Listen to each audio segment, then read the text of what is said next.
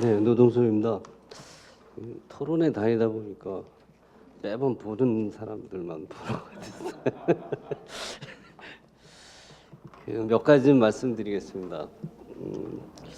우리나라에서 원자력 발전소 하나 짓는데 얼마쯤 되는지 혹시 알고 계신가요?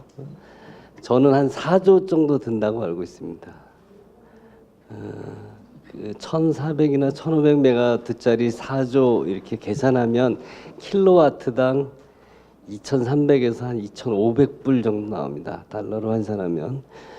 요 발제자료에도 있고 최근에 많이 인용되는 미국 에너지부 보고서나 영국 산업부 보고서에 보면 요 발제자료에 나와 있는 것처럼 원자력 발전소 건설 비용이 5,000불에서 8,000불까지도 나옵니다. 뭐 여러 가지가 이유가 있죠. 근데 저는 이렇게 생각합니다. 우리나라에서 만일 5,000불의 원자력 발전소를 하나 져야 된다. 그럼 8조를 들여서 하나 져야 된다. 그러면 당장 하지 말자고 할 겁니다. 경제성이 없는데요. 뭐하러 합니까? 제가 그 얘기부터 시작하는 건 뭐냐면 어떤 자료를 갖다 쓸 때 결과만 보고 흥분하실 게 아니라 어떻게 해서 이런 결과가 나왔는가를 좀 찬찬히 살펴봤으면 좋겠다. 이제 그런 말을 드리고 싶어서 그렇습니다. 보시면 아까 우리 우 의원님께서도 그런 말씀하셨는데 미국이 전체 원자력 발전 비용이 96불인데 이게 풍력이나 태양광보다 훨씬 비싸졌다. 그 중에 건설 비용이 71불입니다. 73% 정도 되고요. 영국 산업부의 보고서에 의하면 전체 원자력의 발전 비용이 95파운드인데 그 중에 66파운드가 건설비입니다. 그렇게 되면 원자력 할 필요 없어요. 뭐 하려고 그렇게 합니까? 근데 또 다른 거를 말씀드릴게요. EIA 보고서에 보면 태양광의 이용률이 25%로 되어 있습니다. 기준 이용률이. 풍력의 기준 이용률은 41%입니다. 우리나라는 얼마쯤 될까요? 우리는 태양광이 15%가 채 안 됩니다. 풍력은 20% 조금 넘거나 20% 정도예요. 근데 EIA 보고서에도 그렇게 나와 있습니다. 태양광이나 풍력은 고정비가 다예요. 만약에 그러니까 발전량이 2배로 늘어나면 발전 비용은 2분의 1로 떨어집니다. 우리나라처럼 발전량이 이용률이 반이니까 발전량이 반으로 줄죠. 그럼 비용은 2배로 늘어나죠. 그래서 제가 EIA 보고서에 우리의 건설 비율을 넣어서 원자력을 계산해 보고 우리의 이용률을 넣어서 신재생의 발전 비용을 계산해 보면 여기 토론 자료 58페이지인데 그거와 유사한 결과가 나옵니다. 자, 그래서 제발 어떤 자료를 보실 때 결과만 놓고 외국이 그러니까 우리도 그렇다. 이렇게는 하지 않으셨으면 좋겠다는 생각이 들고요. 그다음에 두 번째 이제 외부 비용 문제인데요. 외부 비용은 아까 뭐 여러분이 말씀하셨지만 어떤 방법을 썼느냐, 어떤 전제 조건을 썼느냐에 따라서 너무너무 큽니다. 그래서 어떤 값을 써야 될지 알 수가 없어요. 외부 경제 활동에서 외부 비용이 발생하는 건 대부분 외부 비용이 발생합니다. 뭐 소음이 발생한다든지, 뭐 매연이 발생한다든지, 혼잡, 혐오, 뭐 자기 집 주변에 뭐 죄송한 말씀인데 화장장이 들어서는 것과 공원이 들어서는 것과는 집 가격 차이가 나서 데모하고 그러는 거 아닙니까? 그렇죠. 근데 제가 그 부원장님 발표하신 거에서 좀 이해할 수 없는 거는 조건부 가치 평가법에 의한 원전 회피를 위한 지불 의사액 굉장히 복잡하고 어려운데 여기에 기존 원전 사고 위험 회피 비용이 단위당 그 킬로와트당 3.8에서 6.3원이에요. 근데 신규 원전을 회피하고 싶어하는 비용은 52원에서 95원 정도 됩니다. 그럼 이거 어떻게 해석해야 될지 저는 잘 모르겠어요. 그러니까 여기 제가 쓴 대로 국민들은 기존 원전에 비해 신규 원전이 훨씬 더 사고 위험에 노출돼 있다라고 보는 것인지, 사고 15배 정도 차이 나거든요. 그렇게 해석을 해야지 맞는 것인지, 저는 그래서 이 사회적 비용이라는 거가 믿을 수 없다라기보다는 그 결과를 놓고 해석하고 어떤 방법에 따라서, 전제에 따라서 크게 바뀔 수 있다. 이제 그 말씀을 좀 드리고 싶고요. 지금 많이 인용되는 EIA 보고서나 BEIS 영국 보고서에 외부 비용 없어요. 원자력 외부 비용 없습니다. 그리고 원자력 경제성 없다고 그 사람들 얘기하고 있어요. 일본은 3년마다 에너지 기본 계획을 세우는데 그때마다 발전 비용 검증 워킹그룹, 검증위원회 이런 걸 짭니다. 뭐 거기 정부도 빠져 있고 전력 사업자도 다 빠져 있는 사람들이 해요. 근데 아까 나왔다시피 2015년에 원자력의 사고 비용 0.3N으로 했고요. 그때 당시에 원전 사고 비용 추정치가 정부에서 발표한 9.1조 N이었어요. 그러니까 90조 원 정도 했고, 작년 말인가 작년 초에 22조라고 다시 수정해서 발표했죠. 220조입니다. 그거 집어넣으면 0.7N 정도 나옵니다.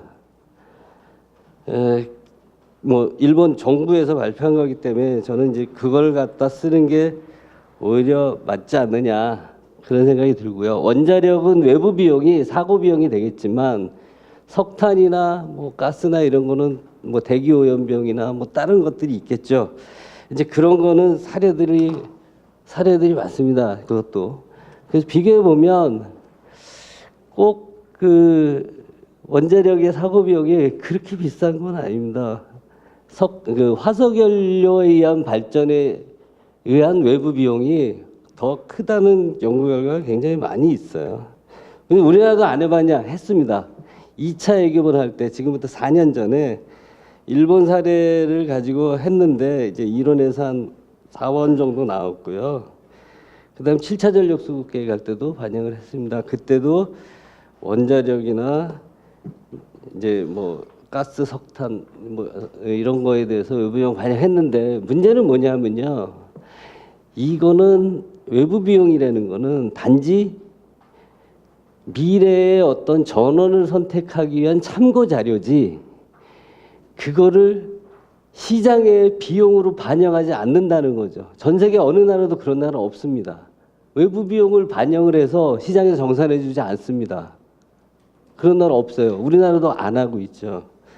왜 그러냐 하면, 일단 이제 그 다음이 문제라는 건데요. 제 말씀은 왜 비용으로 반영한다고 치죠.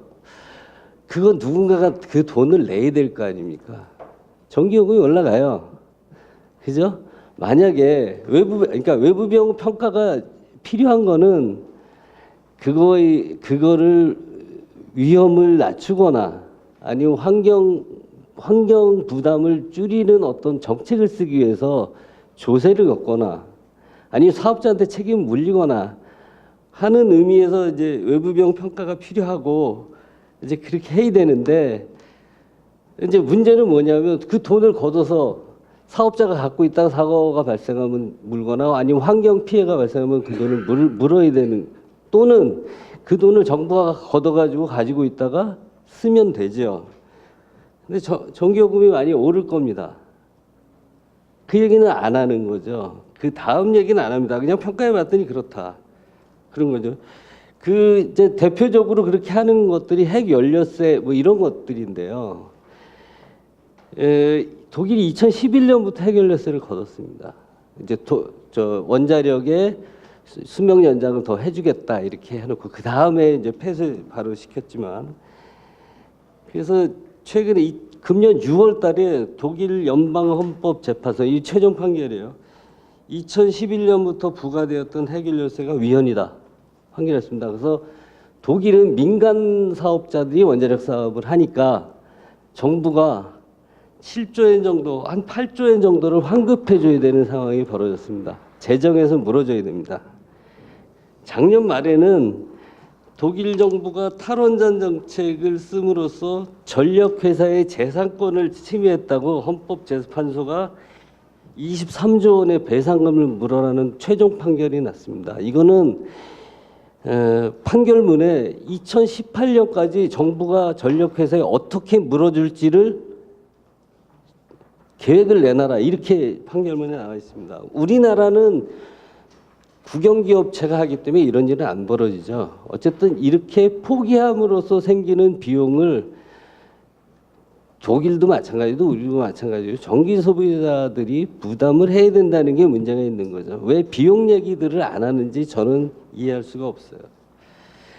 이제 외부 비용을 좋습니다. 인정해서 걷어서 이제 정부가 갖고 있자, 기금하자. 근데 저는 죄송하게도 안 믿습니다. 만약에 조성된 기금이 사고가 발생하지 않았으면 전기 소비자한테 정부가 돌려줄 것이지 않기 때문에 그렇습니다. 한 번도 그런 적 없습니다. 기금 조성해 놓으면 다 쓰고 미리 땡겨 쓰고 사고 발생하면 그때 내면 되지. 이렇게 하고 나중에 사고 안 생겼는데 그 돈 돌려주세요 그러면 없다 이렇게 하죠. 결국은 다시 전기요금으로 돌아갈 수밖에 없다는 얘기고요. 사실 우리는 작년에 좀 주택용 전기요금 누진제를 완화해서 주택용 전기요금이 한 15% 정도 낮아졌습니다.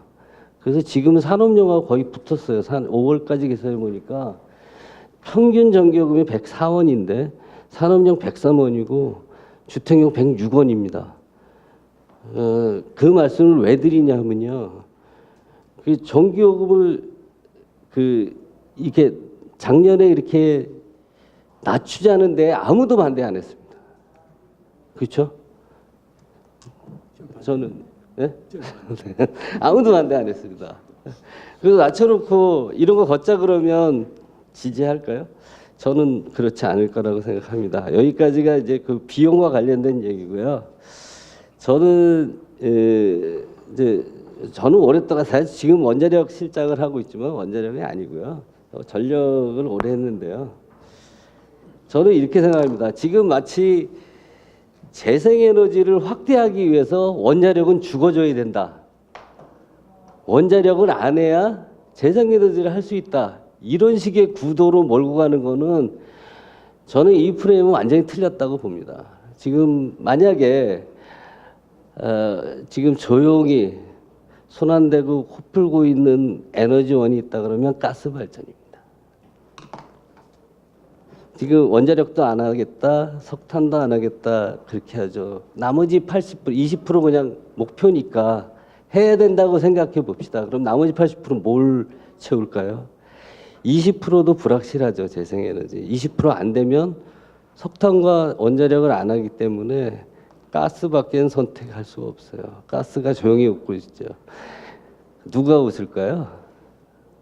가스공사? 가스 발전소를 가지는 자회사, 발전자회사 아닌 거라고 저는 생각합니다. 2024년부터 가스 직도입이 허용됩니다. 개방됩니다. 그 점은 좀 생각해 봐야 되고요. 제가 이 자리에서 단적으로 말씀드릴 수는 없고요. 다른 나라는 그럼 어떻게 하느냐. 재생에너지 다 확대합니다. 우리처럼 확대하죠. 독일은 원자력 줄이고 석탄 유지하고 있습니다. 많이 나죠, 언론에. 영국은 자기들이 경제성 없다고 해놓고도 원자력 확대하고 있습니다. 재생에너지도 하고 석탄을 없애겠다 이렇게 하고 있습니다.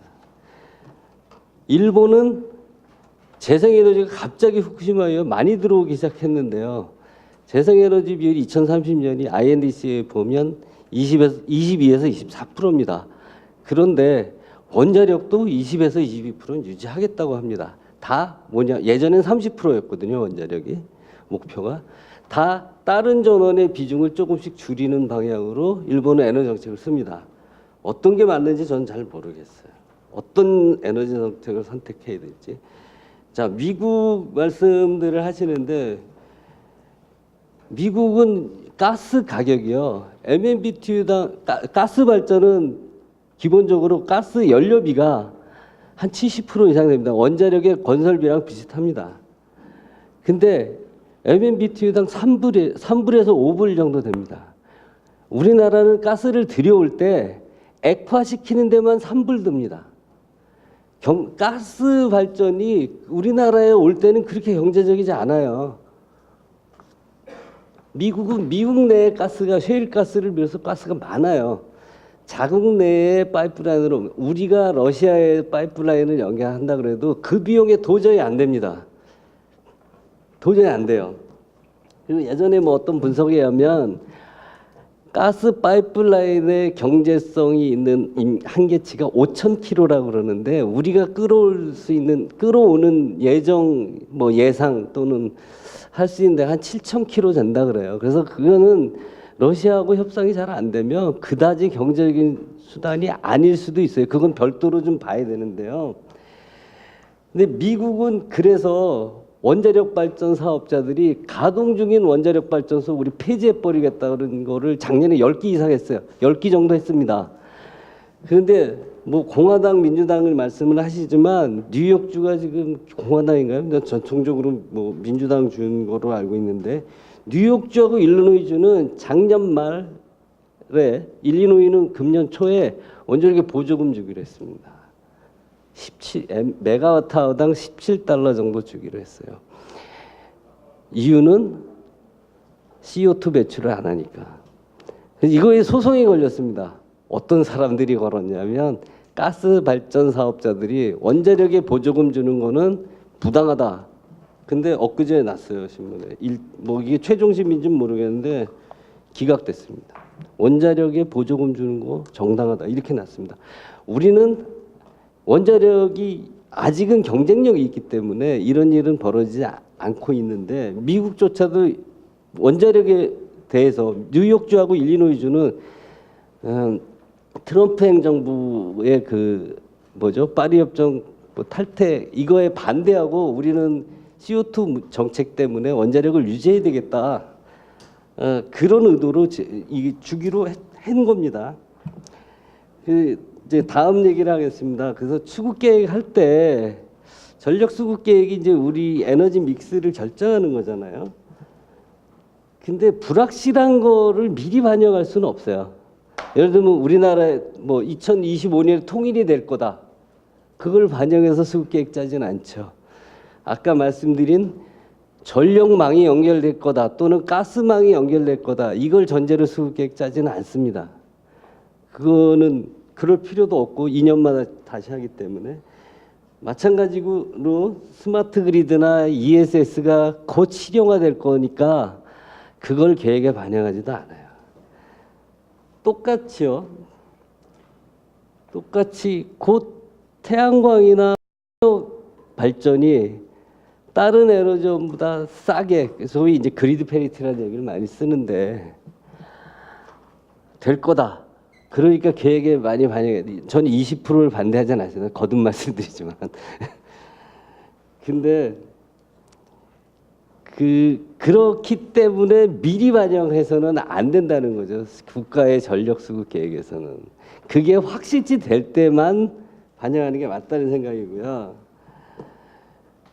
조심해야 될 것은 이런 겁니다. 예를 들면 2025년에 태양광 발전이 다른 발전소보다 경제성이 있어질 것이다라고 얘기하는 거는 조심해야 되는 게 아까 외부 비용 얘기하는 거와 마찬가지로 2025년 이후에는 그런 보조금을 안 줘도 되겠느냐 이렇게 얘기할 수 있다는 거죠. 근데 지금 태양광이나 뭐 풍력에 대해서 굉장히 보급이 많이 돼 있는 유럽 국가들 전부 다 보조금 주고 있어요. EIA 보고서에 보면 미국도 보조금 넣고 빼고의 LCOE가 계산이 돼 있습니다. 그렇게 막 했다가 후폭풍이나 역풍 맞을 수 있다는 거죠. 저는 뭐 이런저런 점에서 오늘 토론으로 이 뭐 모든 에너지 정책이 이미 결정된 일은 잘 모르겠습니다만 어쨌든 뭐 오늘 이 토론으로 끝날 건 아니라고 생각하고 여러 가지 점을 좀 많이 생각을 하고 결정을 했으면 좋겠다는 거고요. 원자력 발전소, 석탄 발전소 하나 지는데 보통 한 10년 걸립니다. 그러니까 그렇게 지금 에너지 정책을 지금 추진한다 그래서 그게 최종 목적지에 도달하는 거는 굉장히 오래 걸려요. 이건 장기간이 소요되는 거기 때문에 오랫동안 얘기를 해야 되는 게 맞습니다. 제가 볼 때는 장기적, 그러니까 뭐 언론에 그냥 흔히 100년 되게 얘기하는데 진짜 100년을 내다보고 해야 되는 겁니다. 원자력 하나 지으면 요즘엔 60년씩 가거든요. 그래서 진짜 많은 의견들을 들어봐야 되는데 거기에서 꼭 얘기하고 짚어야 되는 게 여기에는 실현 가능성도 문제지만 국민이 감내할 수 있는 뭐 이런 얘기 이렇게 돌려서 이렇게 쓸 수밖에 없었는데 전기요금 왜 얘기 안 하는지 모르겠어요. 비용 얘기가 안 되면 오늘 주제가 경제성이잖아요. 왜 근데 경제성을 얘기하면서 전기요금 얘기를 왜 안 해요? 이거 해놓고 같이 얘기를 해야지 맞는 거 아니에요? 저는 그렇게 생각합니다. 감사합니다. 네, 고맙습니다.